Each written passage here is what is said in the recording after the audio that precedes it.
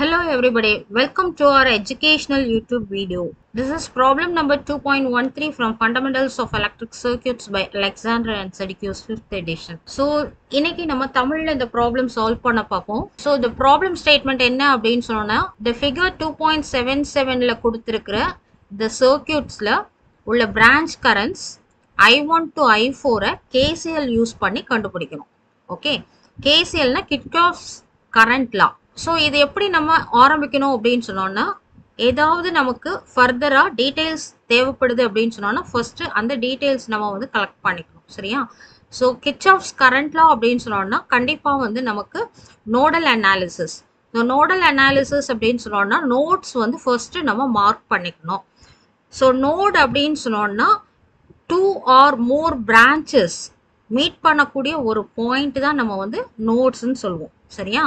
So இதில் வந்து நமக்கு எத்தனை நோட்ஸ் இருக்குது அப்படின்னு சொன்னோம்னா இதை வந்து ஃபர்ஸ்ட் நோட் மார்க் பண்ணிக்கிறோம்.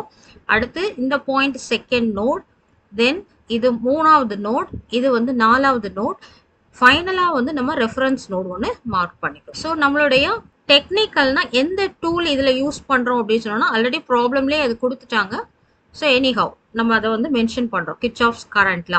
ஸோ கிர்ச்சாஃப்ஸ் கரண்ட் லா என்ன அப்படின்னு சொன்னோம்னா, இன்கமிங் கரண்ட்ஸோட சம்மேஷன் அதனுடைய கூட்டுத்தொகை is equal to outgoing current அல்லனா லீவிங் கரண்ட்ஸோட கூட்டுத்தொகையாக இருக்கும். Summation of the incoming currents is equal to summation of the leaving currents in a particular node. That is important.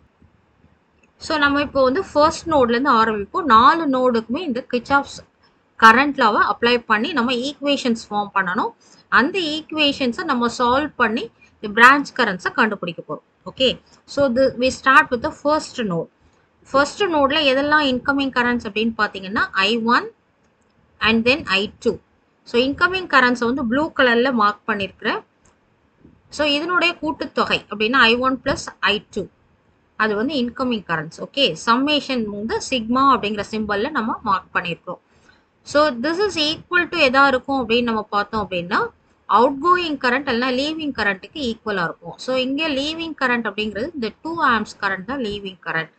So அதை வந்து நம்ம மார்க் பண்ணிக்கிறோம். ஓகே, ஸோ இந்த ரெண்டையும் கம்பைன் பண்ணி நம்ம வந்து KCL ஃபார்ம் பண்ணுறோம். நமக்கு என்ன கிடைக்கும் அப்படின்னு சொன்னோம்னா I1 + I2 is equal to 2 amps அப்படிங்கிற ஒரு ஃபர்ஸ்ட் ஈக்குவேஷன் நமக்கு ஃபார்ம் ஆயிடுது. இப்போ நம்ம வந்து செகண்ட் நோடுக்கு பாஸ் ஆகிறோம். ஸோ இந்த செகண்ட் நோட் அப்படின்னு சொல்லும்போது இங்கேயும் KCL தான் அப்ளை பண்ணுறோம். இன்கமிங் கரண்ட்ஸ் என்ன இருக்குன்னு பார்க்கணும், அவுட் கோயிங் கரண்ட்ஸ் என்ன இருக்குன்னு பார்க்கணும். இன்கமிங் கரண்ட்ஸ் எதுவுமே இல்லை இங்கே. ஸோ இட் இஸ் நெல். ஸோ அதை வந்து நம்ம 0ன்னு மார்க் பண்ணிக்கலாம்.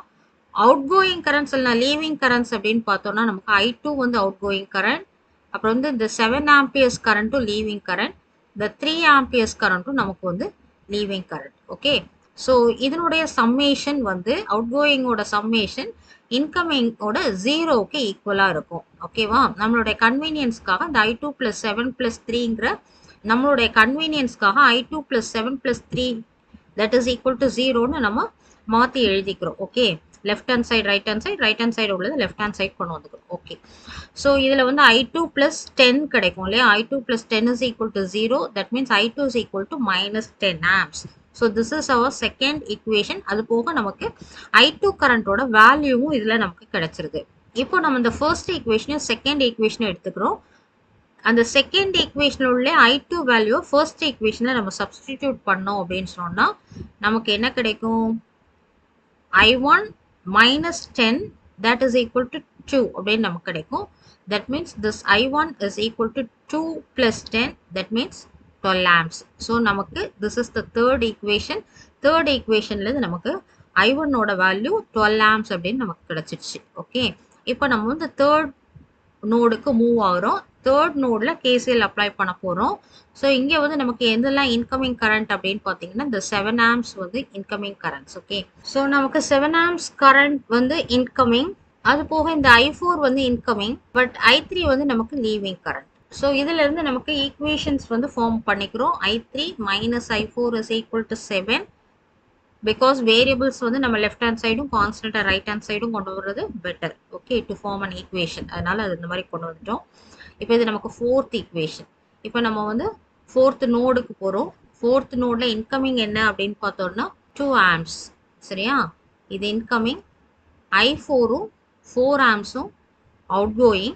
அதனால நம்ம ஈக்குவேஷன் எப்படி எழுதியிருக்கோம் 2 is equal to 4 plus I4 incoming equal to sum of the leaving currents. So இதில் இருந்து வேரியபிள் மட்டும் லெஃப்ட் ஹேண்ட் சைட் கொண்டு வந்துட்டோம் I4 அப்படின்னு சொன்னோம்னா 2 minus 4 நமக்கு வந்திருக்கும். So that is equal to -2 amperes. So I4 வந்து நம்ம -2 ஆம்பியர்ஸ்னு ஆன்சர் கண்டுபிடிச்சிட்டோம். ஓகேவா? இன்னும் என்ன ஆன்சர் கண்டுபிடிக்கலன்னா I3 நம்ம இன்னும் கண்டுபிடிக்கல. அது வந்து 4th ஈக்குவேஷனில் I3 வேரியபிள் இருக்குது அந்த கரண்ட் இது. ஸோ 5th ஈக்குவேஷனையும் 4th ஈக்குவேஷனையும் எடுத்துட்டு இதில் வந்து 5th ஈக்குவேஷனில் உள்ள I4 ஈக்குவல் டு -2 ஆம்ஸ் அப்படிங்கிறது அங்கே சப்ஸ்டிடியூட் பண்ணுறோம் 4th ஈக்குவேஷனில். இப்போ நமக்கு என்ன கிடைக்கும் I3 minus of -2 that is equal to 7. That means I3 plus 2 is equal to 7. So that we get I3 as 5 amps. So we got that answer also. இப்போ நமக்கு 6th equation கிடைச்சிருச்சு. So இது எல்லா ஆன்சர்ஸையும் நம்ம வந்து சம்மரைஸ் பண்ணோம்னா நமக்கு வேண்டிய கரண்ட் கிடைச்சிருச்சு. That is I1 is 12 amps, I2 is -10 amps, I3 is 5 amps, I4 is -2 amps. Okay. So we have completed this problem. Hope you have enjoyed this video. Thank you. See you in the next video.